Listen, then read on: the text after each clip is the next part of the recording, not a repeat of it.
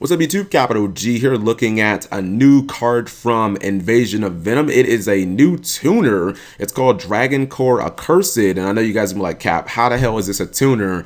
I mean, just look at this thing. It's level 8, it's 2300 attack, it's 3000 defense. This looks more like a boss monster than a tuner. Believe me, I don't understand how, but this is actually a tuner. Level 8, we don't get a lot of level 8 tuners, but she is definitely one. Now, if you look at this artwork and it actually looks a little familiar, you actually might recognize her from this card here. This goes all the way back to Duos Alliance. This is kind of like a future version of this card right here, Dragonhorn Hunter, and her lore kind of connects. So let me read the original lore for Dragonhorn Hunter. It says the horns were needed to prepare a medicine for her village suffering from a plague. Unknown to her, the dragons burned and trampled her village, once displaced from their den. So the original story goes like this.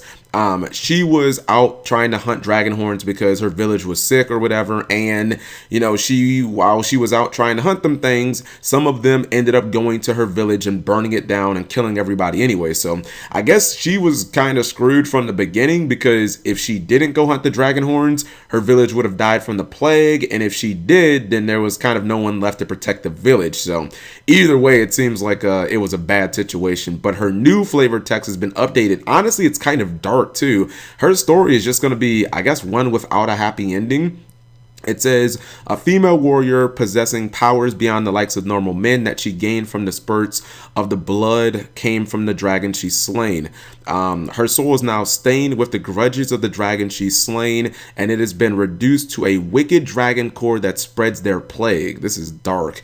Without a home to return to, dyeing her blade with the blood has become something that she does without thinking, and she no longer remembers what her original goal or purpose even was. So now she doesn't even, like, not only does she no longer have a home because her village was pretty much wrecked by the dragons that she wasn't able to protect, but then she has, you know, like, she doesn't even remember why she was out hunting these dragons. This is, you know what this reminds me of? This is like some shit from Berserk. You guys ever seen that anime Berserk? Now, the real question in this video is how to use Dragon Core Accursed. And honestly, if you just looked at this card straight up, you'd be like, oh, it's probably, you know, it's trash. It's a vanilla, it's level 8, the stats aren't even super great, but honestly, she's kind of coming out at the right time. She actually has a lot of utility and purpose because of the time that she's coming out. Like, being a normal dragon that's level 8, it's not really that bad right now. It doesn't matter if your stats aren't really super great offensively, because there's just so much synergy with FelGrand and potentially like Blue Eyes, because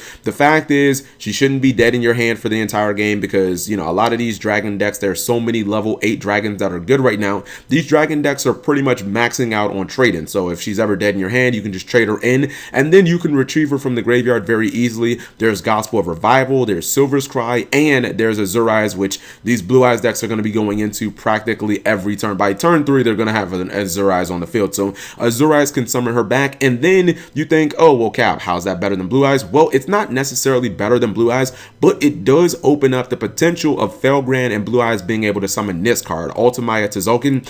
I don't think that they have a way of summoning this outside of Labyrite Dragon, but this card does work with trading, so there's that. So I mean, I guess you could mix this with that, but it does open up possibilities. So I mean, honestly, she's more or less potentially viable just because of the makeup of her, because she's normal, because she's, you know, level 8, and because she's a dragon. She has all three of those things going for her in a time where, you know, we could have two very viable dragon decks. Well, at least in a few weeks when Alternative Dragon hits the TCG. So overall, I think that this card does serve somewhat of a purpose. It's like a very niche purpose in these dragon decks, and I do wonder if this card's creation means that Konami is going to start releasing more level 12 synchros, because Quasar has been really like the only great one, and I don't know, I kind of wish that there were like, I wish that there were just a couple of other generic level 12s that were pretty good. Something like Star Eater. Like, it doesn't have to be so ridiculously over the top. Just a generic level 12 that has a pretty good effect,